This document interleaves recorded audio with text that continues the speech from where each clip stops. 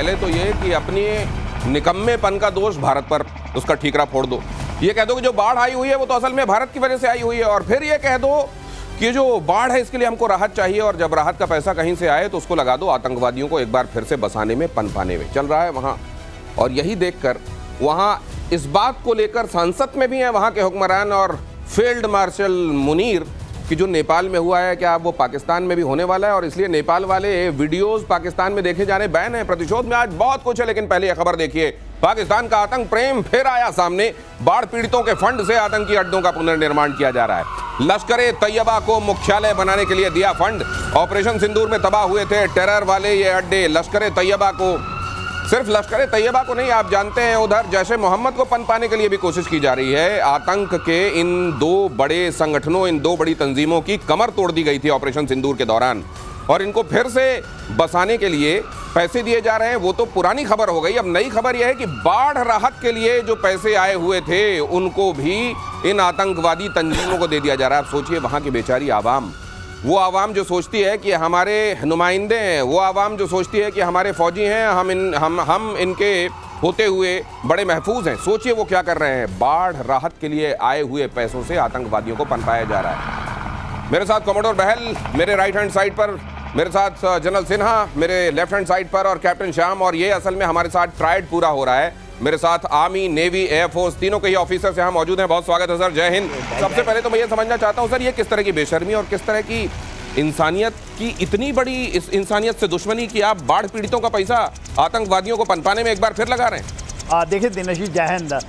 पहली बात यह है कि साहब हम लोग भारत की नजरिए से जब हम देखते हैं तो हम ये देखते हैं कि किस तरह से ये बेशर्मी करते हैं, कैसे इनके है तक नहीं है, मगर उनकी तरफ वो उनके स्ट्रेटजिक एसेट हैं, आप नहीं समझते।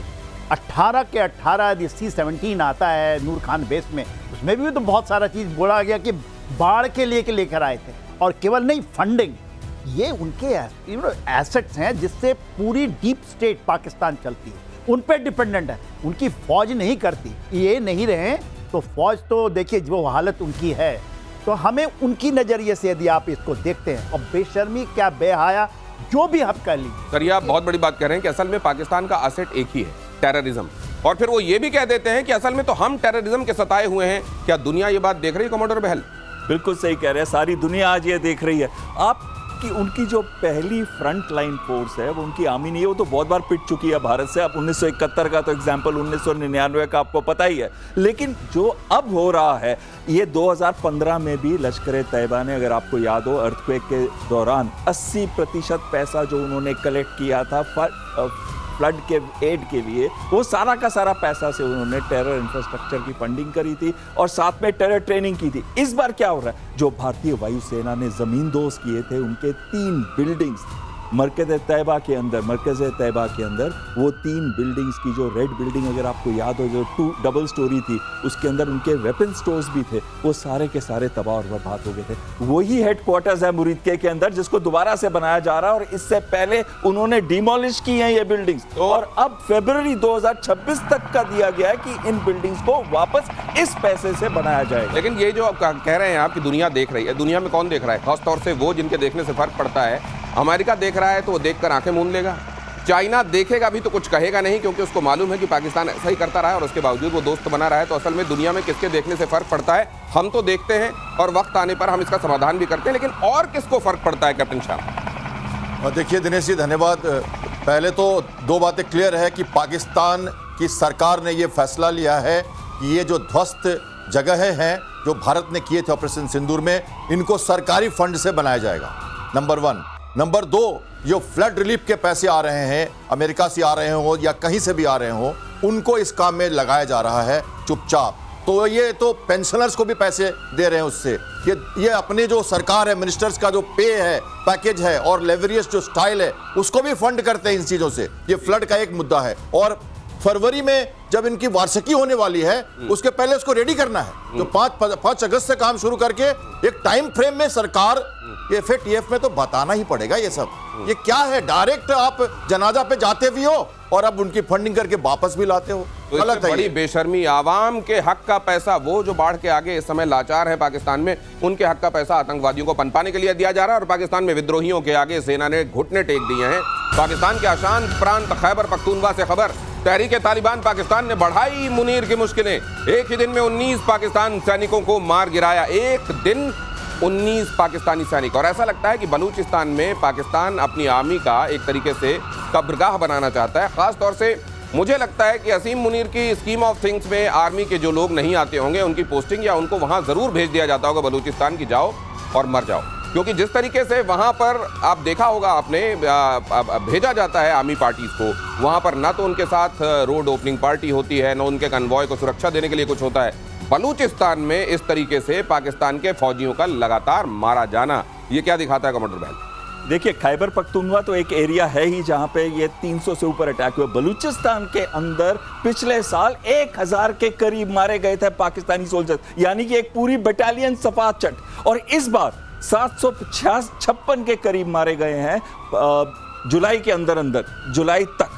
और अगर आप देखें ये जो नंबर है, 2 बटालियन अब तक जा चुकी है।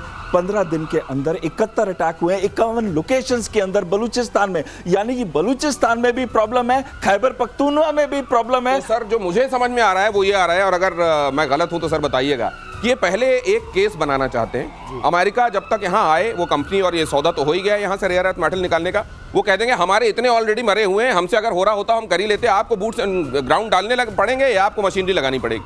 देखिए, आप एब्सोल्युटली जो बात कह रहे हैं ना, ये स्ट्रैटेजिक प्लानिंग है आसिम मुनीर की। अब बहुत तगड़ी प्लानिंग है जो अब आप देखते हैं कि उन्होंने कहा था थोड़े दिन पहले, जब आपने सुना था ना, जब कहते थे कि हमारी गर्दन की जनरल रेल, उस समय उन्होंने आवाज़ दी थी कि 1,500 लोग हमारी फौज, इतनी बड़ी फौज को कुछ कर सकते हैं। देखिए, उनको तो घुटने टिका ही दिए, और घुटने टिकाने के बाद जिस तरह से उन्होंने ट्राई किया था कि चाइना को ये बता दें कि आप सॉल्व कर लो, चाइनीज भी हाथ खड़े करते हैं, अब अमेरिकन भी हाथ खड़े करेंगे।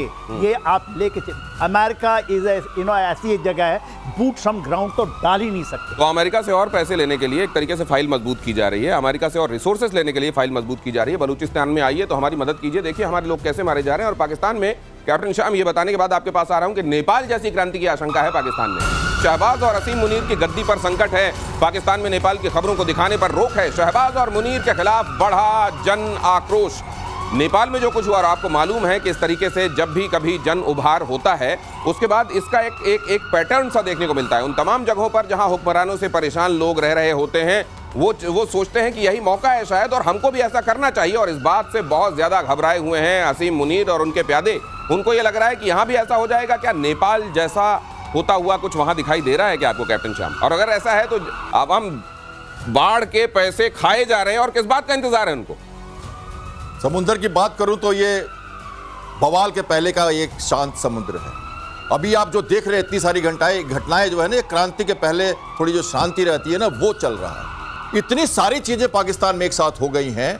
उनकी जो 125 अरब डॉलर का जो कर्ज, उसमें से 75% वो लुटा ही रहे वापस। उसके बाद ये अनएम्प्लॉयमेंट, इतनी सारी इन्फ्लेशन, खाना पीना नहीं मिल रहा, ऊपर से ये ऑपरेशन सिंदूर की मार, उसके बाद ये फ्लड, और चाइना का सिपेक 2, और अब अमेरिका का पॉलिटिकल जो मिलिट्री सेटअप, उसमें घुसने की कोशिश। तो ये सुलग रहा है पाकिस्तान धीरे धीरे, और ये पक्का उसी तरफ जा रहा है जहां श्रीलंका, बांग्लादेश, नेपाल और पाकिस्तान।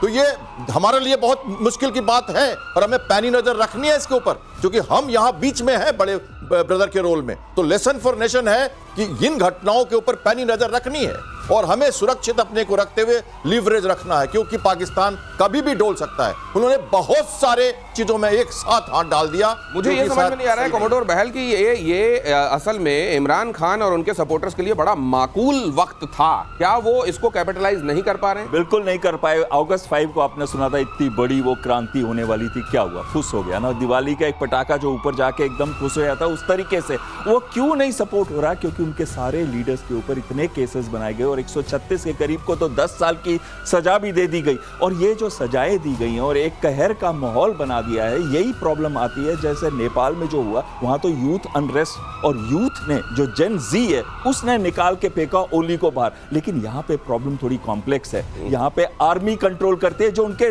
पॉलिटिकल लीडर्स हैं वो तो कठपुतलियां हैं। इस वजह से ये प्रॉब्लम कॉम्प्लेक्स है यहाँ पे। इस वजह से, और ये इतने सारे केसेस की वजह से पहले ही विपक्ष को यूं ठंडा कर दिया गया। अब आवाम को ही कुछ करना पड़ेगा, बशर्ते आवाम कुछ करने लायक स्थिति में हो। और इधर ओसामा की पत्नी ओसामा बिन लादेन पत्नियों को लेकर बड़ा खुलासा। पाकिस्तान अधिकारियों के कब्जे में रही ओसामा की पत्नियां। पाकिस्तान के राष्ट्रपति आसिफ अली जरदारी के पूर्व सहयोगी बाबर की किताब में दावा। एबटाबाद छावनी में CIA ने ओसामा की पत्नियों से पूछताछ की थी। CIA ने ओसामा की बीवियों से भी पूछताछ की थी। ये ओसामा की पत्नियों को लेकर बड़ा खुलासा, और खास तौर से इस खबर के सामने आने के बाद अरब वर्ल्ड में हो सकता है कि इसका भी रिएक्शन, अफगानिस्तान में इसका भी रिएक्शन देखने को मिले। क्या इसका रिएक्शन कोई होगा? ये खबर के तौर पर सामने आई है, लेकिन इसका कोई इंप्लीकेशन दिखाई नहीं देगा जनरल सिन्हा। मेरे अनुसार तो इसका कोई नहीं असर होगा कि ओसामा पाकिस्तान के अधिकारियों के कब्जे में रही ओसामा की पत्नियां, और ये उम्मत का दावा भी करते हैं, इसलिए मैं पूछ रहा हूं आपसे। देखिए, ये पूरे अरब वर्ल्ड को, पूरे मुस्लिम मुल्क को, उनके उम्मा को पता है कि जिस तरह से ओसामा बिन लादेन मारा गया था, और आप देखिए 2001 के बाद 2011 में मारा गया था, इतने लंबे समय के बाद। उनका कौन कॉन्ट्रैक्टर था, किसने उसको एबटाबाद में बना के दिया था, सब अमेरिकन एजेंट को पता था। यहाँ तक खबर आई है कि वहाँ पाकिस्तान आर्मी ने ही नेवल सील को आने दिया। मात्र 40 मिनट का ऑपरेशन हुआ था ओसामा बिन लादेन, और उसके बाद उनके बच्चे और उनकी बीवियों को ले गए, और जेल के अंदर उनके जितने भी एजेंट हैं, अमेरिकन एजेंट, उनसे पूछताछ करते रहे उनके बारे में क्या चीज़ें हैं, और ओसामा बिन लादेन को कहाँ दफनाया गया, अमेरिकन सील ने दफनाया ना। लेकिन मुझे बड़ी श्योरिटी है कि सर इन्होंने असल में अपने मुस्लिम जो कंट्रीज हैं उनको ये कहा होगा कि हमने तो इतनी खातिर तवज्जो की है, हमने जानबूझकर अपनी कस्टडी में इसलिए रखा कि कहीं किसी तरह की परेशानी ना होने पाए। और दूसरे उधर ये कह रहे होंगे कि देखिए हम खुद आतंकवाद से परेशान हैं, हम पहले ही कह रहे थे, हमको नहीं मालूम था यहाँ है, अब देखिए इनसे पूछताछ में कोई कसर रख रहे हैं क्या? CIA चाहे वो भी इंटरोगेट करे। और ऑपरेशन सिंदूर से अब तक खौफ में है पाकिस्तान। पाकिस्तान ने चीन से की बहुत बड़ी डील, सैटेलाइट कमांड सेंटर बनाने की डील, $406 मिलियन की डील पर साइन। इंटीग्रेटेड सैटेलाइट सिस्टम तैयार करेगा पाकिस्तान।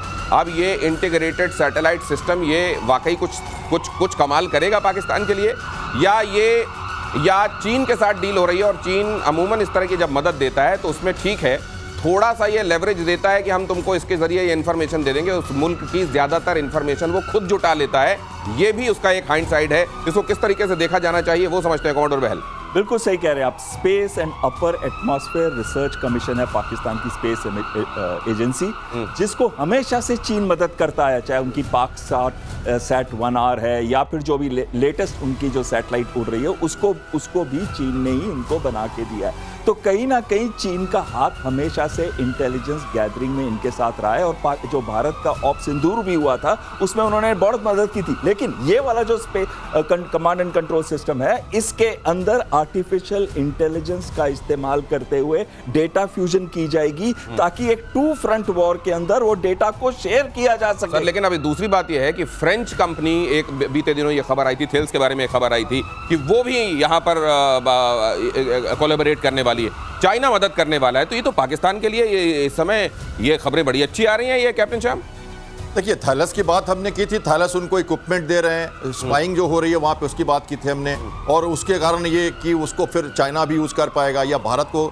थैलस के साथ हमारा भी इंटीग्रेशन है। अब ये जो देखिए, ये जो अभी जो स्पेस सेंटर जो बना रहा है पाकिस्तान, वो कह रहा है कि पहले चाइना ने हमारे ऑपरेशन सिंदूर में उनको मदद किया, वो खुद करेगा, और उसको कहा जा रहा है कि विद इन फ्यू, मतलब बिल्कुल कैलिब्रेटेड टाइम में स्पेस सेंटर बनाना, टेक्नोलॉजी ट्रांसफर करना, और 20 से ज्यादा सैटेलाइट लो ऑर्बिट में प्लांट कर देना, और उसके साथ सिंथेटिक अपर्चर रडार लगाना, जो क्लाउड्स में भी और रात को भी, फिलहाल डे में ही उनके पास कैपेबिलिटी थी, रात को भी वो सही पिक्चर दे सके रियल टाइम। तो ये कैपेबिलिटी भारत के लिए एक सतर्कता का विषय है, क्योंकि उनके पास, हमारे पास रियल टाइम इंफॉर्मेशन आएगी। और इसी में अगली खबर ये कि घुसपैठियों के खिलाफ देखिए लंदन में सड़कों पर उतरे लोग। पूरी दुनिया अब सतर्क हो रही है कि घुसपैठियों से बड़ी सावधानी की जरूरत है। लेकिन ये देखकर अफसोस होता है कि जब अपने देश में घुसपैठियों के खिलाफ अभियान चलाए जाते हैं तब इसमें राजनीति होने लगती है। विरोध प्रदर्शन में 1.5 लाख से ज्यादा लोग शामिल हुए। लंदन से घुसपैठियों को भगाने की मांग, प्रदर्शनकारियों और पुलिस के बीच में झड़प हुई। लंदन में ये जो उभार है, ब्रिटेन में ये जो उभार है, अब इनफैक्ट पूरे यूरोप में ये बात महसूस की जा रही है कि वो जिनको हमने किसी समय पर ये समझ कर के शरणार्थी हैं अपने यहाँ रखा, अब वो हमारी पूरी कंट्री को हाईजैक करने में लगे हुए हैं।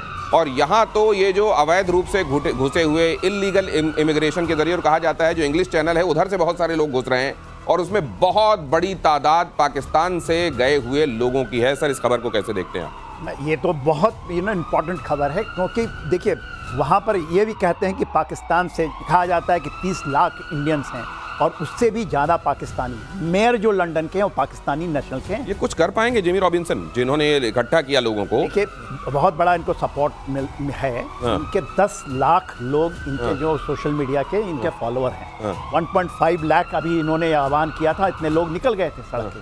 उनके ऊपर 2 हैं, एक तो इस्लामिक कट्टरता के ऊपर में है और दूसरा आपने बोला जो इलीगल इमिग्रेशन वहाँ हो रही है। देखिए ये है, आज ये माना जाता है कोई भी कंट्री यदि यूरोप में यदि होगा मुस्लिम कंट्री डिक्लेयर होगा तो एक है आपका ब्रिटेन के ऊपर में है। सर, लेकिन ये जब चल रहा था तो कीर स्टार्मर वहां फुटबॉल का मैच देख रहे थे, ऐसा लग रहा था जैसे उनको कोई फर्क ही नहीं पड़ रहा है। और उधर कैंपेन अगेंस्ट रेसिज्म ये अलग उधर से चलाए जाने की कोशिश हो रही थी। तो सर ये इसका कल्मिनेशन होने कहाँ? देखिए इसमें 2 चीज़ें बहुत महत्वपूर्ण है। जब भी इमिग्रेशन नंबर्स इतने बढ़ जाते हैं कि उनकी एम्प्लॉयमेंट पे फर्क पड़ने लग जाता है उस देश की, तब उस देश के लोग सड़कों पे आ जाते हैं और उनको लाना बहुत आसान होता है। और यही हुआ इस समय। 1.1 मिलियन लोग पिछले जो सेंसस हुआ था 2024 का, उसमें इमिग्रेशन पॉपुलेशन 1 साल के अंदर 1.1 मिलियन आई थी और उसमें सबसे ज़्यादा थे ब्लैक एंड ब्राउन। और एक बड़ी इंपॉर्टेंट चीज़ है जो बता रहे थे हमारे जनरल साहब भी कि जो 4.9% की पहले मुस्लिम पॉपुलेशन हुई कुछ सालों के अंदर 6.5% तक पहुंच चुकी है। यानी कि बहुत महत्वपूर्ण एक रोल प्ले कर रहे हैं वो उनकी पॉलिटिक्स में, इकोनॉमिक्स में और जियोपॉलिटिकल एनवायरनमेंट के अंदर। लेकिन जो और भी इंपॉर्टेंट चीज़ आती है, जो एलॉन मस्क कह रहे थे कि violence is coming, change the government, और ये सारी बातें कर रहे थे, उससे उस देश के अंदर एक यूनिटी बन रही है नॉन इमिग्रेंट्स के अगेंस्ट जो गवर्नमेंट। लेकिन कई सारे कंफ्यूजिंग सिग्नल्स भी थे सर। वहाँ एलॉन मस्क भी जुड़ रहे हैं, बहुत सारे लोग मेक अमेरिका ग्रेट अगेन वाली टोपी पहनकर भी वहां जुटे हुए थे। तो एक्चुअली वहां चल क्या रहा था समझ में आया नहीं। देखिए एलॉन मस्क हमेशा से राइटिस्ट रहे हैं और वो हमेशा से राइट विंग फिलॉसफी करते हैं, इसीलिए उन्होंने ट्रंप की भी मदद की थी और मागा कैंपेन में सबसे आगे वही जाते थे और $200 मिलियन या उससे ज्यादा का फंड्स उन्होंने किया था। और अब भी एक खाली यही नहीं है, ऑस्ट्रेलिया में देखिए वहां भी इमिग्रेंट्स के अगेंस्ट मूवमेंट चल रही है। ठीक है, अगली खबर और कैप्टन श्याम से रिएक्शन। यूक्रेन का रूस पर बहुत बड़ा हमला, तेल रिफाइनरी पाइपलाइन को बनाया निशाना। यूक्रेन ने 361 ड्रोन से हमले किए, कुछ ड्रोन करीशी रिफाइनरी तक पहुंचने में कामयाब रहे। अटैक के बाद रिफाइनरी में लगी आग। एक बार फिर से मुझको लगता है कैप्टन श्याम वेस्टर्न वर्ल्ड को ये बताने के लिए कि नहीं मैं लड़ रहा हूं और देखो कितने अंदर तक जाकर कितने महत्वपूर्ण इंस्टॉलेशंस को निशाना बना रहा हूं, ये काम करने की कोशिश फिर से एक बार यूक्रेन ने ज़ेलेंस्की ने की है और फिर से तगड़ा पलटवार रशिया की तरफ से होगा। आग हो ना हो, चिंगारी जलती रहनी चाहिए। ये चल रहा है यूक्रेन और रशिया में। आपको हम लगता है हम अटैक करते, ड्रोन मारना है 300-400। आपने देखा ऑपरेशन सिंदूर में, लो कॉस्ट लगा दो, एक न एक तो जाएगा ही निशाने पे, रिफाइनरी तो चलेगी और लंबा वार चलता रहे। और पता है रशिया को कि ये जितना देर तक वो वार चलाता रहेगा उतना उसका फायदा है, उतनी ज्यादा संकट में रहेगा नाटो। और ये वेस्टर्न वर्ल्ड हमेशा ये कुछ ना कुछ बौखलाया रहेगा, कुछ न कुछ एक्शन करता रहेगा। जब तक उसके टर्म्स एंड कंडीशंस में नहीं आएगा यूक्रेन, ये छोटी छोटी मुसीबतें लेना पड़ेगा उससे। तो ये उसका नमूना है। और हाँ, स्ट्रैटेजिक टारगेट्स पे, लॉजिस्टिक सपोर्ट यूनिट्स पे और ऑयल डंप्स पे अटैक कर रहा है, रिफाइनरी पे कर रहा है, तो ऑब्वियसली तंग तो कर रहा है रशिया को। लेकिन रशिया उसके बाद 800 ड्रोन से मारता है, एक दिन में सबसे भयावह अटैक करता है, बेलारूस की तरफ से चढ़ जाता है और वो सब करता है जहां पर कि ईस्टर्न बॉर्डर पे पोलैंड के आहट गूंज रही है कि पूरा एयर स्पेस मेरा है, मैं अब यूक्रेन को घुटने पे लाऊंगा। नाटो अपने सावधान रहो, अपने कदमों में रहो, अपने कमरे में बंद रहो। और इसी सीक्वेंस में अगली खबर, बेरेंट्स सागर में रूस का बड़ा युद्धाभ्यास। रूस ने टारगेट पर ज़िरकॉन हाइपरसोनिक क्रूज मिसाइलें दागी। ज़ैपैड 2025 में रूस का शक्ति प्रदर्शन, बॉम्बर्स Su-34 से भी बमबारी, नेटो को मैसेज देने की कोशिश। बीते दिनों जो एक तनाव और वो बना था सर कि शायद नेटो वर्सेस रशिया हो सकता है, वैसे में क्या ये इसलिए इंडिकेशंस हैं, ये इस ड्रिल को क्या उस तरीके से भी देखा जाना चाहिए क्या? देखिए क्या किया है रशिया ने, क्या किया, पहले तो जब ऑर्सनिक की बात होती है तो उसने बेलारूस में डिप्लॉय कर दिया। अभी नाउ ही has taken to Indo Pacific, Barents सागर है तो आप देखिएगा पैसिफिक के इलाके में, और वहाँ पर उन्होंने इसके डेमोन्स्ट्रेटिव फायर किया है। अब ऑर्सनिक की जो बात आती है तो आप ये बताइए, हाइपरसोनिक है, ये ICBM है, इंटरमीडिएट बैलिस्टिक मिसाइल है एक तरह का, और 7 मिनट में यदि रशिया से आप लंदन को मार सकते हैं जिसको कोई रोक नहीं सकता है, तो एक बहुत बड़ा चीज़ है। क्योंकि देखिए जब बैटल शिफ्ट होता है, centre of gravity Indo Pacific में शिफ्ट होगी, जैसे वेस्ट एशिया से निकलेगी तो एक बहुत बड़ा डेमोस्ट्रेटिव ये है कैपेबिलिटी कि आप हमारे फार ईस्ट में हैं और ये फार ईस्ट में हुआ है, बैरन सागर यदि वहाँ कर रहे हैं तो आर्सेनिक को वहाँ ले गए हैं। तो एक बहुत बड़ा डेवलपमेंट है इंडो पैसिफिक में, बहुत सारी एक्सरसाइजेस चल रही हैं और मेरा 2027 का जो एक है डेट वो आने वाला है, कोई अभी 2 साल है। जिस तरह से third aircraft carrier of Chinese आने वाले हैं, इनकी वहाँ लग रही है, जैसे चीज़ें बढ़ रही हैं, जैसे शिफ्ट हो रही है इस साइड, तो हमें लगता है तो world is at war, it might shift at particular time. 2026 तक तो ये जरूर शिफ्ट करेगा। 2026 तक क्या कुछ और भी भयावह होने वाला है। और ज़ैपेट 2025 में रूस ने आर्कटिक में दागी मिसाइल, नॉर्दर्न फ्लीट ने एंटी शिप क्रूज मिसाइल दागी। रियल टाइम मॉनिटरिंग में टारगेट पर सटीक अटैक, यहाँ पर हम उसकी तस्वीर भी आपको दिखा रहे हैं कमोडोर बहल। जी बिल्कुल सही कह रहे हैं। अगर आप इसको पूरा जियोस्ट्रेटेजिकली देखें तो 3 एक्सरसाइजेज इस समय चल रही हैं। एक एक्सरसाइज चल रही है पोलैंड के अंदर, दूसरी चल रही है लिथुआनिया के अंदर और तीसरी चल रही है ज़ैपेट। और ये ज़ैपेट 2025 जो चल रही है, इसमें मिसाइल की टेस्टिंग एक स्ट्रेटेजिक मैसेज की तरह दी जा रही है कि हमारे पास ये हाइपरसोनिक का तो आपने बात कर ही ली, दूसरी एंड जो शिप से फायर्ड मिसाइल्स हैं उसके बारे में भी अभी आप बता रहे थे। लेकिन जो महत्वपूर्ण चीज़ ये आती है कि नाटो पूरी तरह से उकसा रहा है, उसने अपनी फोर्सेस को डिप्लॉय करना शुरू कर दिया। पोलैंड के अंदर 30,000 के करीब नाटो फोर्सेस आज डिप्लॉयड हैं एक्सरसाइज के बहाने, और साथ में रोमानिया में जो ड्रोन्स के गए थे तो वहाँ पे भी एक्टिविटी शुरू हो गई है। रशिया नहीं चाहता कि वो इस वॉर को एक्सपैंड करे और 32 देश, जो आर्टिकल 5 का इन्वोक हो, यूएस को भी आना पड़े और 32 देश के साथ लड़े। रशिया नहीं चाहता, पर यूरोप पूरे कंडीशंस की कोशिश कर रहा है। मैं खुद यूरोप से आज सुबह ही वापस आया हूँ। वहाँ पे जो कंडीशंस बन रही हैं वो ये दिखा रही हैं, दर्शा रही है कि वो चाहते हैं कि ऐसा इंस्टिगेशन हो जिससे रशिया किसी छोटे देश पे अटैक करे, ताकि पूरी की पूरी नाटो कंट्रीज हैं एक साथ जुट जाए और अमेरिका को भी आना पड़े। अमेरिका नहीं आना चाहता। रशिया ने किया तो था, अगर उनको ये चाहिए था, अगर इनको बहाना ही चाहिए था तो उनके पास पर्याप्त बहाना था। मुझको लगता है वो भी केवल मसल फ्लेक्सिंग कर रहे हैं, लेकिन एक्चुअल कॉन्फ्लिक्ट से बचना चाहते हैं वो भी रशिया के साथ। रशिया नाटो भी बचना चाहता है, ये बात सही है, लेकिन वो चाहता है कि अमेरिका हस्तक्षेप करे। और इसी वजह से वो कहते हैं कि अमेरिका को कहते हैं आप टैरिफ्स लगाओ, लेकिन अमेरिका उनको क्या कह रहा है? अमेरिका कह रहा है पहले आप लगाओ फिर हम लगाएंगे। पानी ठंडा है कि गर्म है पहले बताइए। पानी बाल्टिक में या बैरेंट्स सी में अभी ठंडा है या गर्म है? रूटीन एक्सरसाइजेज है, भारतीय नौसेना भी करती है। अब इसके बाद पानी ठंडा हो जाएगा, नहीं चल पाएंगे। पानी ठंडा या गर्म हो तब तक तो चलता है, लेकिन पानी उतर जाए तो हालत बहुत खराब हो जाती है। और हूती विद्रोहियों का इजराइल पर 3 ड्रोन से अटैक, रेमन एयरपोर्ट पर हमला, एक ड्रोन को आईडीएफ के यूएवी ने मार गिराया। पिछले हफ्ते भी रेमन एयरपोर्ट पर हुआ था ड्रोन अटैक। ड्रोन अटैक को लेकर इजराइल में सेफ्टी सायरन बज रहे हैं। यह हम लगातार पिछले 2 हफ्ते से आपको बता रहे हैं किस तरीके से हूती विद्रोहियों के खिलाफ ऑपरेशन इजराइल चला रहा है। उधर हूती विद्रोही भी लगातार अटैक कर रहे हैं, खास तौर से उनके बेन गुएर एयरपोर्ट और रेमन एयरपोर्ट को निशाना बनाने की कोशिश की जा रही है, लेकिन लगातार अपने महत्वपूर्ण इंस्टॉलेशंस को बड़ी काबिलियत के साथ बचाता भी चला आ रहा है इजराइल। और इजराइल सिर्फ इनसे नहीं, न जाने कितने सारे मुल्कों में जहां भी उनको दुश्मन दिखाई दे रहे हैं उनको ठिकाने लगाने का काम किया जा रहा है। आगे उस खबर की तरफ जाऊंगा, लेकिन पहले इस खबर का महत्व समझते हैं। जनरल सिन्हा, ये हूती विद्रोहियों को के साथ ये लड़ाई आपको कितनी लंबी खिंचती दिखाई देती है, या ये चलती रहेगी? हूती विद्रोही भी, उनको भी ताकत और उनको रिसोर्सेज सप्लाई किए जा रहे हैं? देखिए, हूतियों का बहुत ज़्यादा डिग्रेडेशन तो हो चुका है। प्रधानमंत्री मारना, उनके लीडरशिप को मार देना, और ख़ास करके इजराइल के जब जैसे ही वहाँ आया, इसके पहले अमेरिका ने भी बहुत ट्राई किया था, उन्होंने तो B2 बॉम्बर्स तक लगा दिए थे इनके ऊपर। तो डिग्रेडेशन तो है, मगर इनके पास जो इन्होंने कैपेबिलिटी बनाई है, एक न्यूसेंस वैल्यू तो है इनके। और देखिए, ये 15 नवंबर 2023 से चल रहा है, लगातार चल रहा है। उन्होंने ये भी दिखाए हैं, जो MQ-9 रैपर ड्रोन को 16 मार गिराए थे अमेरिका ने, तो है। अभी तक उतनी क्षति इन्होंने इजराइल का नहीं कर पाए। भले ही मारते हों, ये तो कहते हैं एंटी शिप मिसाइल्स भी मारते हैं, मगर एक भी इजरायली किसी भी शिप को नहीं मार पाए। मगर ये चिंता का विषय है मगर मेरे अनुसार है कि देखिए, इजराइल बहुत ज़्यादा हावी हो रहा है, और जिस तरह से वो अभी वेस्ट बैंक में गया है, कैसे गाजा में कर रहा है, और कुछ कोई कर नहीं पा रहा है। तो ये तो दिखाई दे रहा है कि दुश्मन जो इजराइल के रहे हैं वो इस समय एट्रिशन के सबसे बुरे दौर से, नुकसान के सबसे बुरे दौर से गुजर रहे हैं। ये बात और है कि उनको समूल नष्ट करने में और इजराइल को कितना वक्त लगेगा। और इजराइल जिस तरह के ऑपरेशन कर रहा है, उसके खिलाफ इस्लामिक वर्ल्ड की बड़ी तैयारी। दोहा में अरब इस्लामिक देशों के विदेश मंत्रियों की हुई बैठक। 9 सितंबर को दोहा में हुए इजरायली हमले के खिलाफ इमरजेंसी बैठक हुई। कतर के पीएम शेख मोहम्मद बिन अब्दुल रहमान अल थानी की अपील, हवाई हमलों के लिए इजराइल को जिम्मेदार ठहराया जाए। अरब लीग ने कहा कतर अकेला नहीं, हम उसके साथ हैं। ये सॉलिडेरिटी वाकई ये सॉलिड सॉलिडेरिटी है, इसमें वाकई बहुत ज़र्फ है और ये सामने दिखाई भी देगा एग्जीक्यूशन के लेवल पर, या ये सिर्फ सॉलिडेरिटी के लेवल पर ही दिखाई देगा कि हम आपके साथ हैं, हम आपके साथ खड़े हुए हैं, लेकिन उसके बियॉन्ड इसका कोई औचित्य नहीं। कैप्टन शाम, आप कैसे देखते हैं?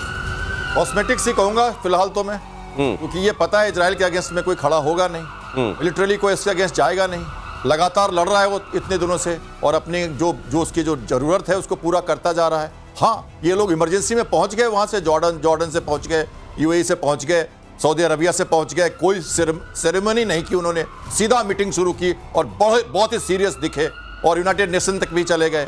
लेकिन फिर हमने पैलेस्टाइन के ऊपर एक हो गया है, हमने दे दिया है, भारत ने भी अपना समर्थन दिया है 2 नेशन का और कहा है कि पैलेस्टाइन को बनना चाहिए। इजराइल अपनी जगह पे अपना काम कर रहा। आप कह रहे थे कितने दिन चलेगा वॉर, देखिए पैलेस्टाइन बन भी जाए, हमास के पीछे लगा रहेगा इजराइल फिर 4 आप ये कह रहे हैं ये एकदम कॉस्मेटिक है या इसका डिप्लोमेटिक सिग्निफिकेंस तो है कमोडोर बहल? बिल्कुल सही है। मैं भी इंटरनेशनल क्रिमिनल कोर्ट गया था हेग में, तो वहां पे जो पर्चे वो दे रहे थे, उस दिन मैंने एक जुडिशियल मीटिंग भी अटेंड की थी, हियरिंग की, उसमें उन्होंने क्लियरली जो इजराइल की सिचुएशन है उसके ऊपर भी ये बताया है, देखिए सिचुएशन इन पैलेस्टीन, और उस पे नेतन्याहू और गैलेंट के अगेंस्ट अरेस्ट वारंट्स की बात नवंबर 2024 से शुरू करी हुई है, वो बात को उल्लेख किया गया, यानी कि इंटरनेशनल लेवल पे इसको बताया जा रहा है। यूरोप में लोगों को पसंद नहीं आ रहा। 50 के करीब अरब लीग जो है और जो मुस्लिम नेशंस है, अगर वो स्टेटमेंट देते हैं, चाहे वो इकट्ठे ना हो, अपनी फौज तैयार ना करें, स्टेटमेंट देते हैं, उसकी अहमियत जरूर है। तभी रूबियो भाग के आया है वहां पे, और रूबियो के आने से कम एक चीज तो ये जरूर हो गई है कि वो नहीं चाहते इसकी आग और बढ़े और अमेरिका के अगेंस्ट बातें शुरू हो, क्योंकि वो कहते हैं ट्रंप को गुस्सा क्यों आता है, लेकिन ट्रंप को गुस्सा आने के बाद वो कर क्या रहा है? क्या वो इनके आर्म्स को रोक रहा है? क्या वो हर टाइप की लड़ाई को रोकने के लिए सिर्फ अमेरिकन आर्म्स ही सब जगह चल रहे हैं? तो ये अगर वो रोकेगा तभी इजराइल अटैक नहीं कर पाएगा, ये बहुत जरूरी है, अमेरिका को रोकना है। चंदन सिन्हा, ये क्या इधर एक वाकई एक पोटेंशियल वॉर फ्रंट आपको दिखाई दे रहा है, या ये सब दौड़ भाग तो होगी लेकिन उसके बियॉन्ड इसका कुछ नहीं होगा? देखिए, रूबियो आए थे, जो मेरा आकलन कहता है, मैंने उनको सुना भी है, उनके पढ़े हैं, ये परमिशन कर देंगे कि वेस्ट बैंक को लेने के। गाजा के बाद वेस्ट बैंक शुरू हो चुका है, और वेस्ट बैंक की यदि आप हिस्ट्री को देखते हैं तो शुरू में जब शुरू हुआ था इनका अरब इजराइल वॉर शुरू हुआ था 1948 में, उसके बाद जॉर्डन ने इसको ऑक्युपाई कर लिया। जॉर्डन 67 तक 6 डे वॉर के बाद ये बना है, इन्होंने अलाउ किया था। ये 100% मैं मानता हूँ कि तो ये सब देखिए इनका कोई अस्तित्व नहीं है, वो तो निकाल देते हैं कि पुतिन साहब कहीं नहीं जाएंगे, he is a criminal thing like that, मगर क्रिमिनल कोर्ट और इनकी कोई मान्यता नहीं, भारत नहीं मानता, हम नहीं मानते तो हम दूसरों को बोलें कि उनकी बड़ी मान्यता है, इनकी कोई मान्यता नहीं है, बस एक है, एक टोकनिज्म है, एक उनका मखौटा है जो वहाँ लगा हुआ है, मगर इससे ज़्यादा इसका कुछ नहीं है। वेस्ट बैंक को ये बना लेंगे, यदि डिटरमिन्ड है, क्योंकि ये बना लेंगे। और अमेरिका, रूबियो ने कहा है कि मेरा ऐसा है कि हाँ यू कैन कैसे सपोर्ट है, डोनाल्ड ट्रंप तो 100% मान जाएंगे। चलिए, तो अगली खबर यह है कि इजिप्ट को इजरायली हमले का डर सता रहा है। कायरो में इजराइल कर सकता है एयर स्ट्राइक, यहाँ कई हमास कमांडर्स के ठिकाने हैं, कतर की तरह हमलों को दे सकता है अंजाम। इजिप्ट ने अपनी वायु रक्षा प्रणाली को एक्टिव किया, इजरायली सीमा से लगे सिनाई प्रायद्वीप में एयर डिफेंस सिस्टम एक्टिव कर दिए गए। उधर टर्की ने भी अपने एयर डिफेंस सिस्टम को अलर्ट मोड पर रख दिया है, और इधर इजिप्ट को भी ये लग रहा है कि हमारे यहाँ जो लोग मौजूद हैं जो समझे जाते हैं कि हमास से कनेक्टेड हैं, उनको मारने के लिए यहाँ पर तो अटैक नहीं हो जाएगा। ये एक पूरे आसपास, इजराइल के आसपास वो तमाम मुल्क जो किसी ना किसी तरीके से इजराइल के दुश्मनों को कभी ना कभी प्रश्रय देते रहे, वहाँ पर एक बड़ा आप देख रहे हैं हंगामा मचा हुआ है। अब जरा देखिए, यहाँ जनरल सिन्हा, ये हमारे दर्शकों को समझाने के लिए हमने कि कहाँ पर इजराइल क्या इजिप्ट पर हमला करेगा। देखिए, उधर कतर को उसने बता दिया कि भाई अगर दुश्मनों को रखोगे तो हम पनिश करेंगे, अगर तुम नहीं करोगे तो। यमन के संदर्भ में भी हमने देख लिया, सीरिया भी हमने देख लिया, लेबनान लगातार उधर हमले हो रहे हैं, गाजा को लेकर वो अपना अभियान चला ही रहा है। इजिप्ट का ये डर जायज़ है या कम से कम अलर्ट तो रहना ही पड़ेगा उसको? देखिए, जायज़ तो नहीं है, यदि इजराइल करना चाहेगा तो इजिप्ट पे भी कर देगा।